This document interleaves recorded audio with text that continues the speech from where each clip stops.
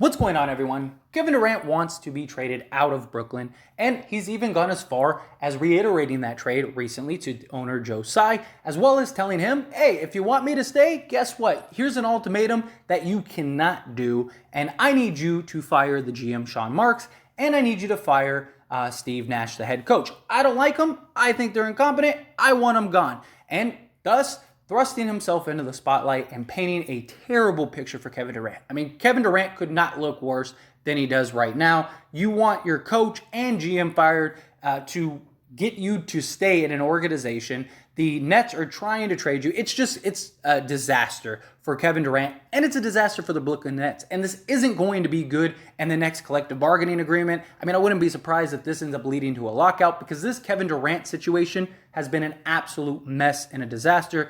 Kevin Durant just got into a new extension that's going to be 4 years on his contract, and now he wants out. It's not a good look, again, for the league, for Kevin Durant, and for the organization. Well, of course, this being said, that brings in Kyrie Irving. What's going to happen with Kyrie Irving? Kyrie Irving's going to get traded as well. Are they going to keep him? How does Kyrie look in this whole situation, right? Mr. Unreliable in many people's eyes. Now, there were reports that came out and said Kyrie feels the exact same way as Kevin Durant. The whole reason Kevin Durant wants Sean Marks fired and Steve Nash fired is because of what they did to Kyrie Irving, not signing him to a max extension. If Sean Marks would have just given the max extension, all would have been right in the world. No, none of this would have happened. It's Sean Marks' fault. Steve Nash is a terrible coach.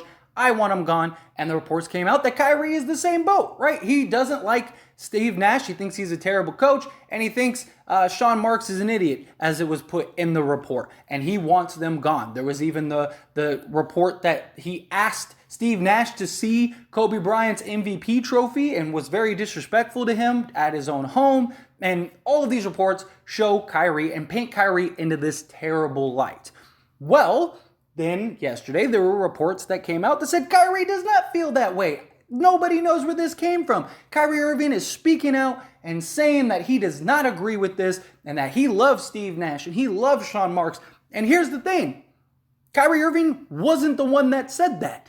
It was his agent. His agent came out and said that because he's trying to show face for Kyrie Irving. Kyrie Irving hasn't said anything publicly in any capacity, whether for or against Sean Marks, Steve Nash, whether for or against this entire trade situation. He hasn't said anything about anything other than, his people talking about the Lakers, and he wants to go to the Lakers, and now his agent is coming out in defense of Kyrie Irving because you need to show face. Kyrie Irving is already being painted into a terrible light.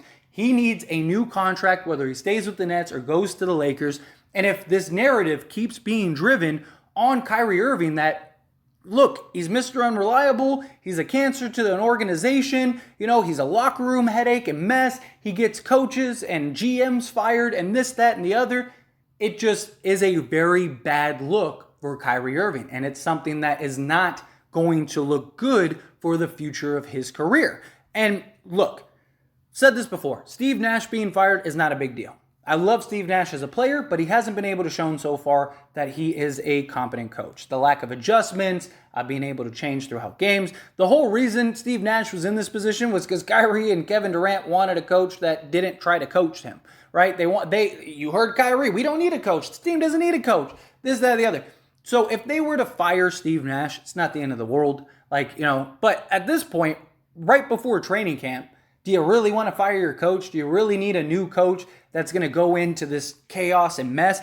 Which coach is going to want to take this job on top of that? If you're a coach, are you really going to want to jump into the Brooklyn Nets when Kevin Durant and Kyrie Irving both want out? There's just this chaotic dysfunction in the organization in general. Joe Tsai's getting ready to just, blow up the whole thing and start all fresh. If you're a coach, do you really want to go into this headache, go into this disaster? If you're Steve Nash, do you even want to go into this headache and go into this disaster? I mean, let's say they do keep Kevin Durant and Kyrie Irving, which I don't see them doing just because of just the mess that this is and what could continue to be a mess if they were to go that route.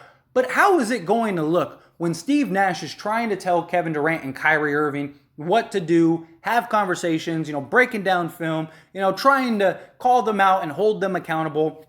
Do you think they're going to look at him and respect him? You think Steve Nash is going to be happy knowing like these two guys want me fired and I'm here and I am stuck? Like, no, of course, this is why I don't think either of those players are going to be on this team, or they're going to end up keeping them both and they fire Steve Nash and maybe keep Sean Marks. But even then, how is Sean Marks going to feel knowing that these two guys both want him fired? They both want him gone. Like, I don't believe the report that Kyrie Irving, is this nice guy and he doesn't want any of that and he loves Steve Nash and he loves Sean. Why didn't he come out and say that? Why is his agent doing that? If this is really how he feels, why hasn't the agent said that? We have seen Kyrie Irving openly talk negatively about Steve Nash, and we've seen him openly talk negatively about the organization, but we haven't seen him publicly talk about, hey, I love Steve Nash. Steve Nash is great. All of this mess is coming out. And he's not coming to the defense. Why? Because I just don't buy it. I think that this was a full-on, the agent's like, dude, I need to say something or do something. We need to get a statement out here because you are looking terrible and we need to show face. Like, if you really wanted to make Kyrie look good, you would have had Kyrie do that. But guess what? He probably didn't want to do it. Now, of course, saying nothing is sometimes better than saying anything, but you still said something. It was the agent instead of Kyrie Irving. Why is the agent speaking for Kyrie when Kyrie could just say that? Like, hey, you know what? I'm here. I'm a net. I want to be a net. I love the Nets. I love Steve Nash. I love Sean Marks. All of these anonymous reports, all of these anonymous sources, all of this stuff is just coming out of everyone's speaking for Kyrie except for Kyrie.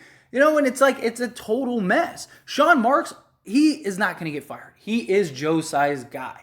Like, he's the guy that has given the keys to the kingdom to Kevin Durant and Kyrie Irving. He's going to be there. Like I said, Steve Nash getting fired, I don't think is the end of the world for the Nets. Like, if you could compromise and say, hey, well, we'll fire Nash, but we're keeping Sean Marks, and Kevin Durant says, okay, I just don't think so.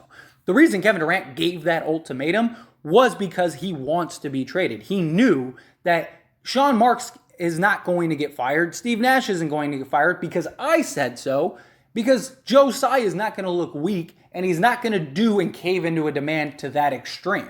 It paints Kevin Durant into a terrible light, but Kevin Durant clearly doesn't care. He doesn't, because if he did care, this wouldn't be a thing. And he has done very hard to try to blow this out. He's Mr. Unreliable too, as much as anybody. But this whole mess with these two is just, it just seems to be a never-ending disaster. And I just don't see Brooklyn wanting to hold out and try to salvage these two in some capacity. Kyrie's leaving, whether it's this year or next. And if he leaves next year, you get nothing out of him.